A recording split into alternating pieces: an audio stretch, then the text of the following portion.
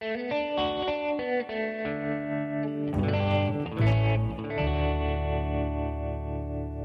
is History for Cocktail Parties with hack historians Thornton Kennedy and James Ottley.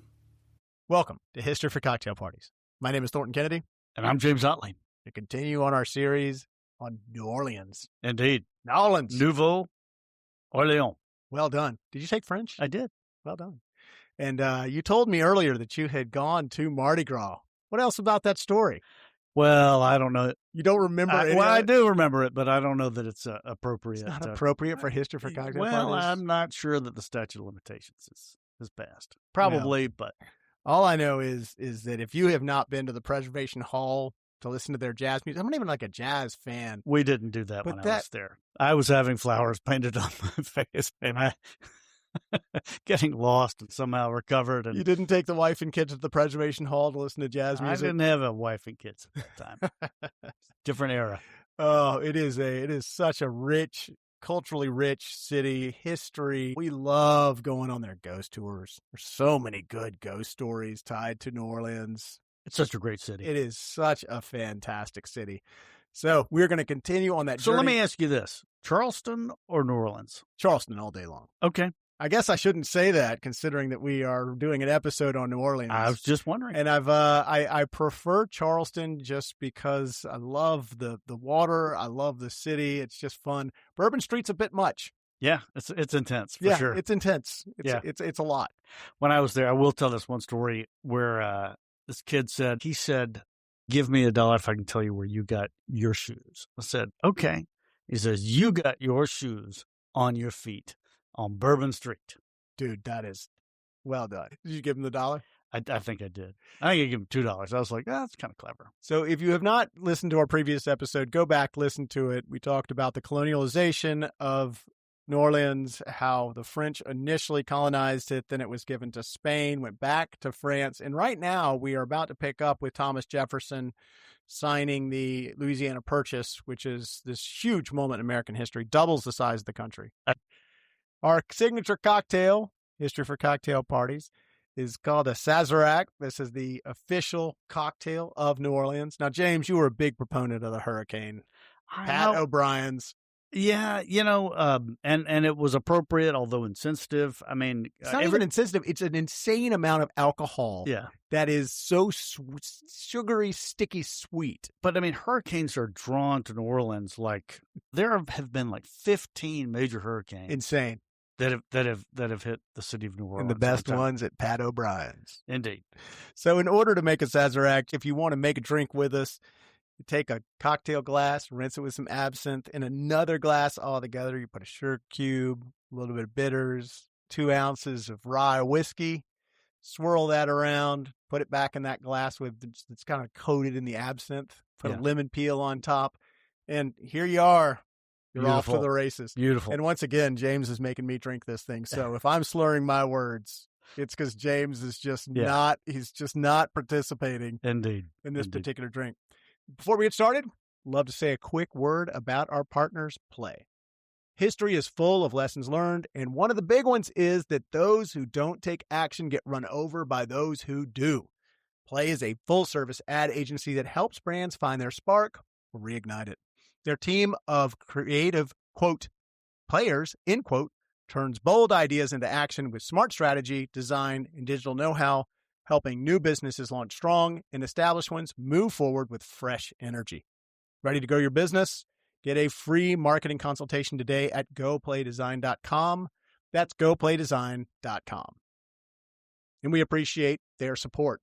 100%. Now, you really do have to go back and listen to the last episode because you are pushing back against my narrative that Thomas Jefferson is the biggest hypocrite in the history of the United States because he was so anti-federalist and yet he used executive action. Well, no, I did push back on that, but I mean, I will grant you that he even said, God, I'm not sure that I've got the legal authority to do it. And he did indeed think about trying to push a constitutional amendment. So he winced a little bit as his pen went across the paper. Right, absolutely he did. But I think he's just like, here's this opportunity of a lifetime. We've got the chance to basically double the size of the United States, here He did, with the one yeah. stroke of a pen. Price was right. $15 million for 828,000 square feet. Square miles. Square miles. Yeah, 530 million acres. And it keeps the French out, keeps the British out. Just so I think he kind of leaned in and said, let's go ahead and do this, even if the constitutional authority was dubious or lacking. But at the same time, the Senate did find a way to ratify it, 24-7, and we'll get into that in this episode. All right. Yeah. Well, yeah, exactly. So, and I think I mentioned on the last episode that Jefferson went into this. He did not want to. It was not his original intent to buy the entire 530 million acres. He just wanted to buy New Orleans and have access to the Mississippi River. Right. It's an important. Oh my God. It's a hugely important. Absolutely critical. Militarily, trade wise. 100%. And so he went in with that goal. I mentioned on the last episode that Spain, when they were governing the area, had shut off access to the Mississippi River. And I mean, people shut down everything. Yeah, exactly. I mean, it's kind of example we have today. I mean, the same people are freaking out about oil not being able to. So that Mississippi River, very, very critical. And so he went in with the idea. He sent these two envoys, James Monroe, we know James Monroe, and Robert Livingston, with very limited task, limited authority. He authorized them to buy New Orleans, spend no more than $10 million, and number 3, avoid war at all costs. And again, he had no intention of buying the whole territory, and he didn't think he had the authority to do it. In addition to wanting to get access to the Mississippi River and make sure that could never be shut off to the United States again, he was also worried. He knew that he was dealing with Napoleon.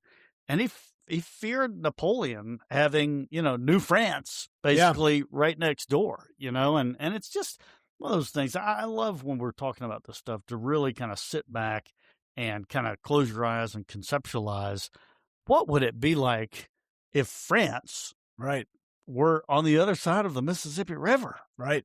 I mean, I guess they were, but I mean, like in today's times, it's just, I don't know. I love thinking about that. It'd be more like having Quebec on the other side of the Mississippi. Yeah, you're right. I mean, I guess it's like having Canada to the north. A bunch of French-speaking. Yeah. Well, we could all learn French. It'd be very, very close by. But and hopefully some good wine. Yeah. And some good food indeed. But anyway, so Jefferson was worried about that. That's why he did it, and it was not his original intent to buy the whole thing. That it came as a complete shock to him. In fact, these envoys, Monroe and Livingston, were completely shocked when Napoleon came back and said, "Look, it's a whole deal, or it's nothing." And they were completely caught off guard, and this was a huge gamble for them because, they didn't want the offer to be pulled or the offer to be to disappear. They knew they didn't have clear constitutional authority or presidential authority, for that matter, to do this, But communication with Washington took 2 weeks. Wow. It took 2 weeks. And so they're like, man, we got to make this deal or it might disappear. And so they went ahead and took the risk without Jefferson knowing and agreed to the deal. Now, you're right. The deal came back to Jefferson and he proceeded with it. But originally that was not his intent. And again, one of those things like, can you imagine when he gets the news, he's like, come again? Wait, hold on. You did what? You bought what? Yeah. You go back and say, look, we don't want the whole thing. Yeah. We just want New Orleans. I would love to have been a fly on the wall when that news came into him. It was like, come again? 530 million acres? Hey, that's not what I sent you guys out to do. But anyway, didn't want the deal to disappear, just like these envoys. And so Jefferson said, let's proceed with it. I mean, he thought about, well, maybe we can try and push a constitutional amendment, but how long does that take? I know. I mean, you got to change the Constitution to do this. Yeah. I mean, he did consider it, but it's like, man, there's not time. It's the offer of a lifetime. And so he pushed ahead. He did, of course, send the treaty to the Senate, and ultimately they ratified it, as I said, 24-7. A little bit, dubious or specious reasoning there. They said, well, they based on the treaty powers in Article 2, Section 2, and they said the logic was it's a foreign policy matter. Right. And foreign policy is appropriate. I mean, that's what treaties are for. And so ergo, it's all legal kind of, but they had an issue with it as well. And then once it was ratified, they said, look, supremacy clause governs here. They used that to overcome any challenges that came later, because treaties are part of the supreme law of the land. It's been ratified, so it overrides any conflicting, statute or challenges. Admittedly, it was definitely a broad interpretation of federal power, and kind of against just the fact that Jefferson was so 100% anti-federalist. Yes. And You're was exactly right. trying so hard to limit federal powers. Yeah. And this is arguably the biggest execution of federal power in the United States to that point. 100%. He went you're completely the other way. You're exactly right. I was just trying to nuance it with that wasn't his intent, but God, deal of a lifetime. How do you say no, right? You can't say no. Yeah. You're like, oh man. And so it set a precedent. It's the same way that we got Alaska. They used that same reasoning. Is it? Yeah, in 1867. Seward's Folly. It was indeed. Going back to our Abraham Lincoln. Well, not quite. But. Yeah, no, we mentioned it. But the whole thing was the whole point was almost moot, because, I mean, we almost lost the whole territory, the whole 530 million acres, to 12 years later to the British. Immediately. And, I mean, within, 12 years. And so that brings us to the Battle of New Orleans. And in talking about the point almost being moot and losing the entire territory of Louisiana, that would be a pretty tough thing to insure against. But if you had to insure in something like that, you would hope you had a company like Sterling Seacrest Pritchard to help you out. They are one of the Southeast's largest privately held insurance brokers, and quite possibly the only agency brave enough to tackle everything from construction mishaps to healthcare misadventures, logistics disasters, real estate whoopsies, and even ransom notes from hackers who apparently have never heard of two-factor authentication. When it comes to your home, your business, and all the weirdness life can throw your way, SSP has you covered, usually before you even realize you need it. For a friendly guide through, wait, that can actually happen, to, do I need a lawyer? Call 678-424-6503 or visit sspins.com. That's sspins.com. Thank you for your support. We appreciate your partnership, Sterling Seacrest Pritchard. We 100% do. And I think that would probably fall into the real estate whoopsies. That would definitely fall into real estate whoopsies category. We can't talk about the city of New Orleans without I've gone talking up about a boat to that battlefield. I mean, it's awesome. Such incredible history. It was just a legendary, and it's funny, I don't think a lot of people realize it now or talk about it now, but the Battle of New Orleans was for a long time just one of the most legendary battles in the canon of American history, of American military war. I think most people still know the Battle of New Orleans. I hope they do. Well, I first came across it from I don't know if you ever had the Monster Mash album. I did not have the Monster Mash album, but please do tell. From the 1970s. It was a surprise gift from my father, which was great. Shout out to great American John Ottley. Indeed. It was between birthday, it was between Christmas, and here's this gift that appears. Monster Mash album. Absolutely. Was it the B-side? And the battle. No, it only had one side. It was a 33, and which means it was the big one.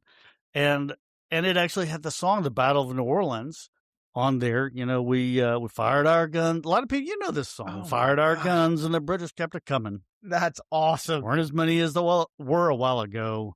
Fired once more, and they began to running on down the Mississippi to the Gulf of Mexico. That song. Well done, yes? Of course. Okay, wow. right on. Yeah, wow. So I'll get to that. But, songs and speeches, I mean, it was, speeches were written. It made Andrew Jackson, Colonel Andrew Jackson. Made Andrew Jackson. It literally made him. 100%. But it was, I guess my point is that the Battle of New Orleans was a celebrated legendary battle in American history, which I guess we've had so much. In the wake of the Civil War, it's Gettysburg, it's all these kind of been lost to history. Yeah.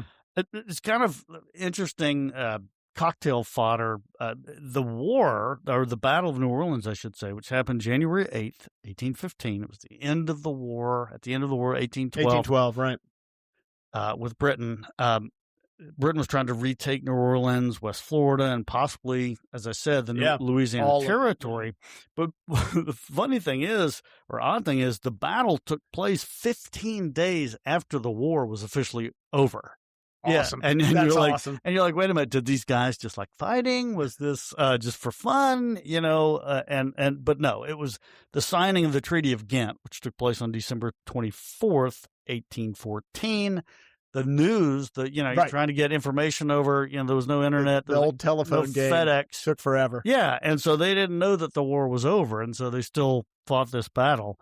Pretty stunning victory for Andrew Jackson. 71 American casualties, 2,000. I know. 2,000. Well, that's why it was so celebrated. Yeah, it was exactly. So lopsided. Exactly. And I don't know if this is right, but it's like over in 30 minutes. Really? Oh, I don't know. Wait. I don't know if I believe that, but maybe that was part of the lore. And but they had the United States lost this battle, possibly Britain would have taken back certainly would have taken New Orleans back, or taken New Orleans, and might have taken the entire, Louisiana Purchase.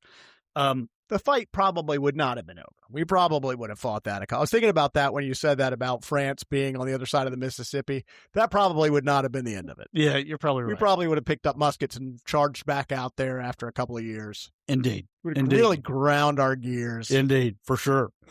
So, Battle of New Orleans, you mentioned this, established Andrew Jackson as just the preeminent national hero.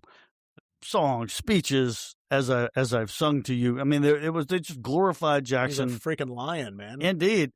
8th of January was a federal holiday, actually, from 1828 to 1861. Can we get back to that? We should, and previously we'd only celebrated the 4th of July and Washington's birthday. Right. But this was a national holiday for 31 years. And Jackson was the hero of New Orleans. It ultimately led him to the White House, Absolutely. He was a complete hero. And this is kind of interesting little side note. He was a populist. Okay. Right. And critics criticized him.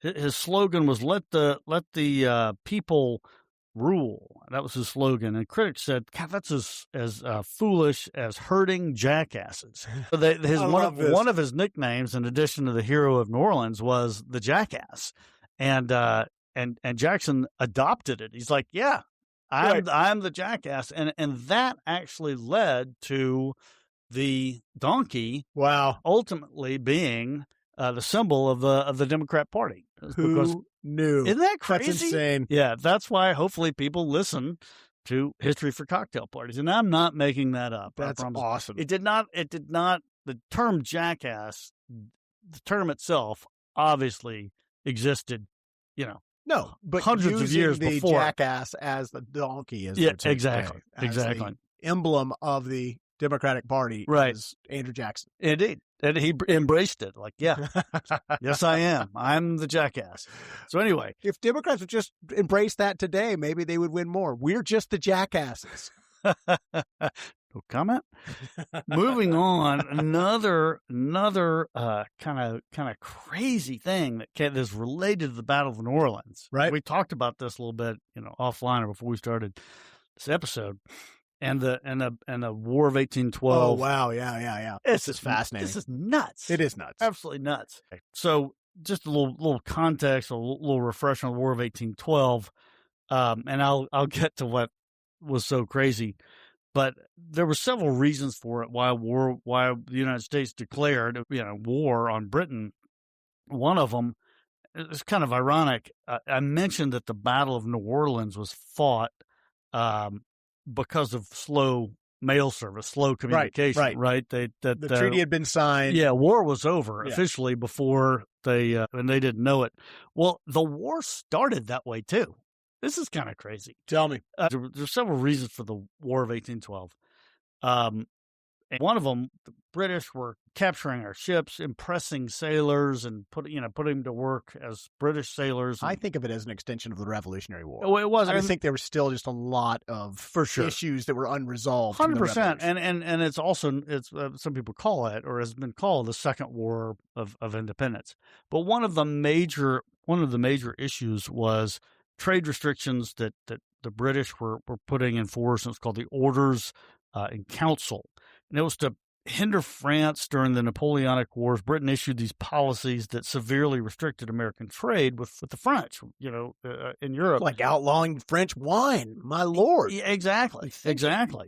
And as part of this, the Brits seized hundreds of U.S. ships. Again, this was one of the main reasons for the war. And ironically, Britain repealed many of these trade restrictions just days before the U.S. declared war on Britain. Wow. Weird. But the news traveled so slowly that it was already too late to prevent the conflict. And so it's kind of funny that ended that way because of slow communication, and it started that way too, in a sense, as well. That's crazy. Yeah. They had lifted the restrictions, and they were still so mad that they charged. They're like, wait, hold on. This is settled. Exactly. So, interesting side story. During the war, certain New England states, I don't think it was all of them, but actually considered seceding from the Union because of the war. The War of 1812. Yeah, isn't that crazy?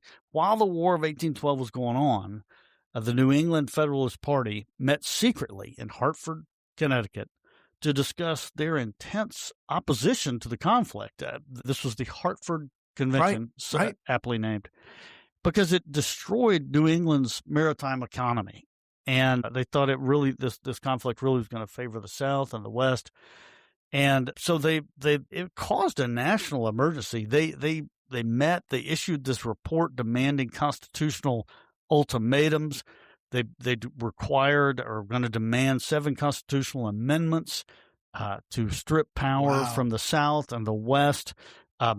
They said we got to have an amendment that require a 2/3 majority in Congress to declare war or admit new states. Yes, that's interesting. I had no idea. Yeah, I hadn't even thought about that. Yeah. So they are going to secede from the United States. Or are they going to push the South out? No, they were going to secede themselves, and so. One of the other constitutional amendments, and I'll get to that, was limiting presidents to 1 term and prohibiting successive presidents from the same state. So in other words, Virginia kept having this power to elect presidents. They wanted no more presidents. No more Virginians. That's right. That's hysterical. And the other thing they did, these New England states refused to place their militias under federal control, and so President Madison had to divert troops away from the front line with the British in order to monitor, potential domestic unrest in New England. No idea. Never heard about this. Certainly a Hartford Convention. Yeah. And so, but the main thing, the thing that I thought was so crazy was that they debated and they talked seriously about seceding from the Union. And at the end of the day, the moderates in the convention ultimately blocked a formal call to leave the Union. But the radical delegates openly advocated for New England's secession, and to form an independent republic, and or make a separate peace with Britain. But just crazy stuff. Can you imagine what would have happened had that convention been successful? I can't even. The country would have been torn asunder. Yeah, for sure. A good 40 years before the Civil War. Yeah. 50 years before. 40 or 50 years, 100%. So, and then tying this back into the actual Battle of New Orleans. Right. So this ended up being this convention they had and their demands. They, sent their guys to D.C. to deliver these demands, and they were delivering these demands right at the same time that the news was coming in of the of the victory of the Battle of New Oh Orleans. my gosh. And like, right. it just, and public sentiment went the other direction. 100%. They viewed these Federalist representatives as just, as traitors. And, there was a sudden wave of national pride. And, these Federalists were just viewed as traitors. You know what it is? Yeah. It's a butterfly flapping its wings. It is indeed. It is that indeed. Is a great story. Exactly. And so this was the party of Hamilton, part of the Federalists. The whole party died as a result of this Hartford Convention and these demands. And there was actually only one party. This is kind of interesting. Only one party in the United States for like a decade or two. It was known as the era of good feelings. Oh, wow. Where there was just a one-party rule. One-party rule. Yeah. But just kind of interesting stuff that all happened because of New Orleans. Battle of New Orleans. And that'll conclude our episode on the history of the city of New Orleans. We really appreciate y'all listening. We will be back in 2 weeks with a fascinating episode, one of James's favorite subjects. And we appreciate you listening. Give us a comment, a like, and let us know how we're doing.